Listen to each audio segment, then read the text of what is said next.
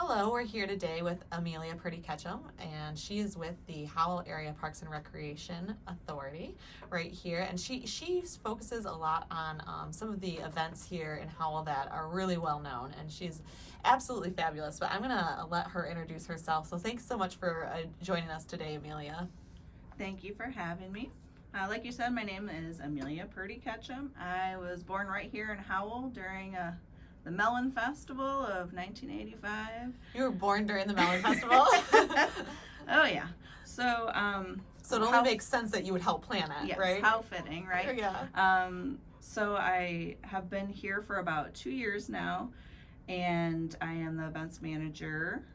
We went through a couple months of normal programs before we got into the quarantine programs and COVID programming. So it's been a wild ride, but we're doing really well, and we're really excited about some things that are coming up for our organization.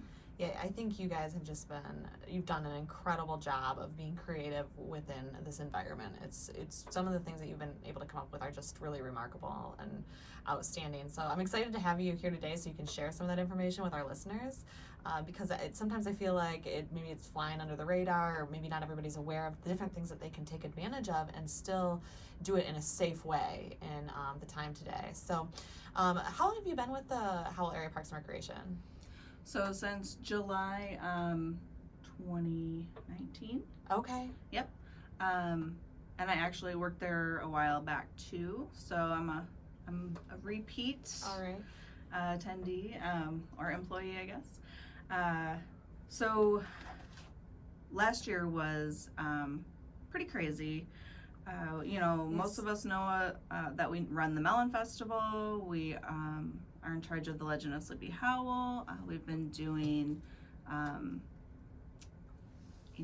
various programs throughout the years, very well known. So when it came to COVID, we just kind of got right to it, and we're like, okay, what does our community need right now? So, we're looking at what can we offer virtually, about a year ago. And so that kind of snowballed as we got more information on how to be safe and provide safe programs. We got to the point where we felt comfortable starting to plan for in-person. And by in-person, mostly like drive-through programs so far. So we did Legend of Sleepy Howell at Schofield Park.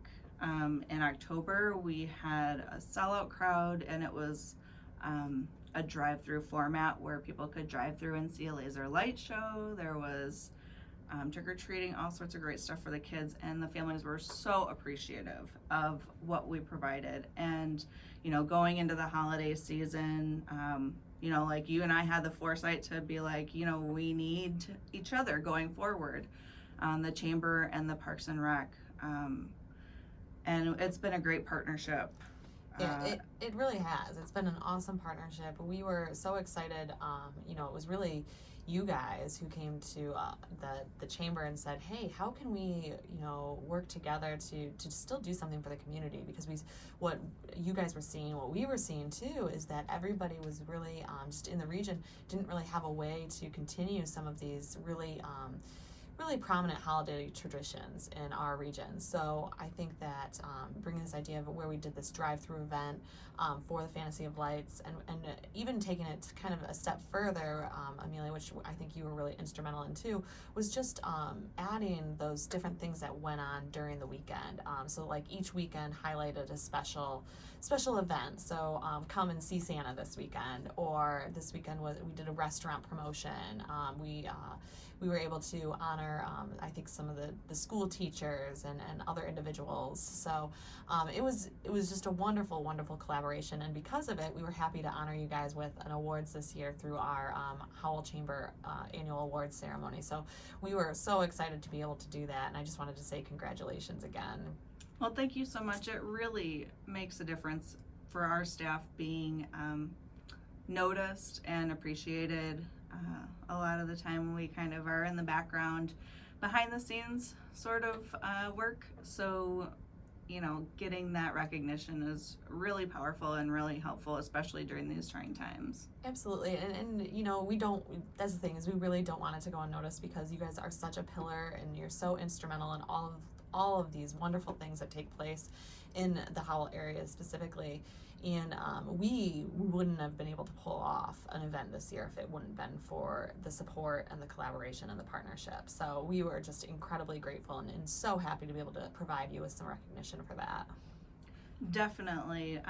It definitely gets me a little excited when we get to be creative, and the chamber has their strengths and so do we, so kind of bringing those all together was really great and really helpful. Having more friends during a pandemic is always good.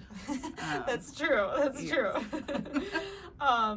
So what are some things you're looking forward to this year? I know that you mentioned things are kind of evolving. I know you've already got some virtual programming out, but you're looking to maybe do some more in-person things as the restrictions allow. So what does that look like?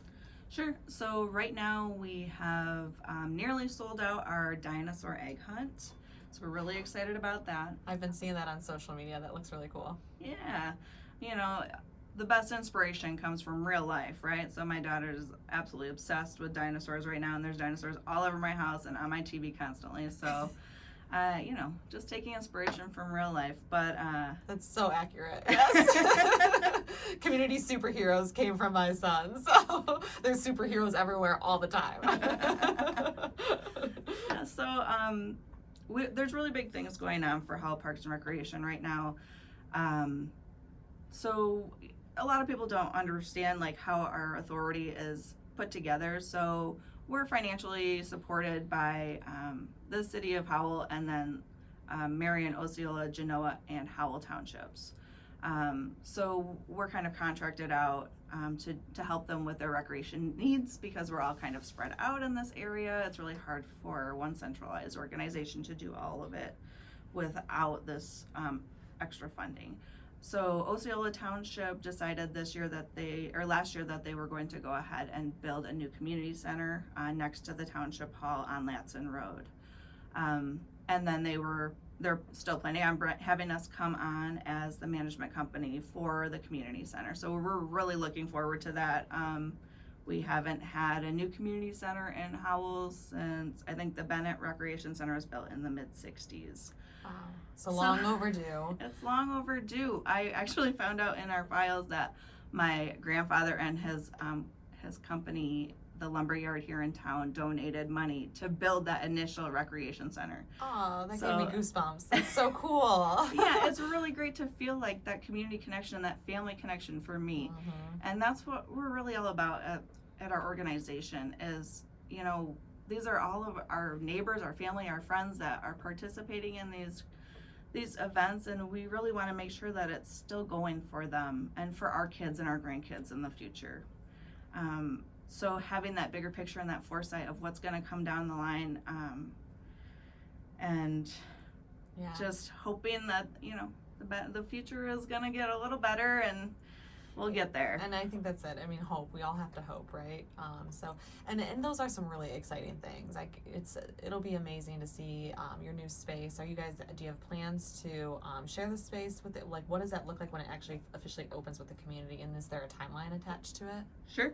So, with COVID and everything, our deadlines are constantly changing. Everything's fluid. Yes. And we're being flexible, and we're hoping to move in a couple weeks to the new building. There are 3 full-size courts and 1 big open gym space with a walking track around the top. There's a fitness center with fitness equipment.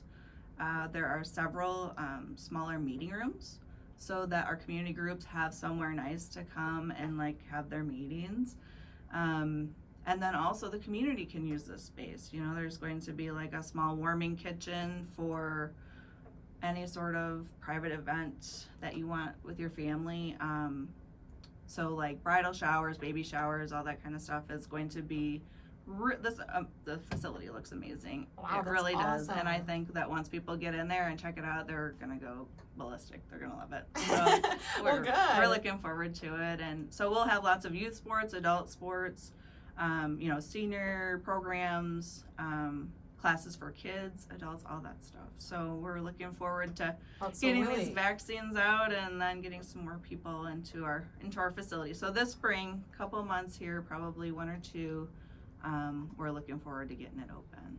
Awesome. Well, we are really looking forward to it as well, and we'd love to join in that celebration because what a great thing to celebrate this year.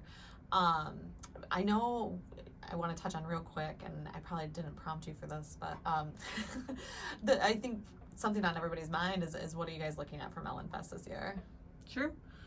So we started some conversations with our community partners, local businesses that are usually a part of this, and with the chamber to see, you know, what is the summer going to look like and what are we going to provide. Last year we did a lot of virtual programs, drive-in movie, like outdoor yoga class, like tried to put together an array of programs all in one. And I think you guys just did a phenomenal job doing that. I just want to say that again because that was awesome.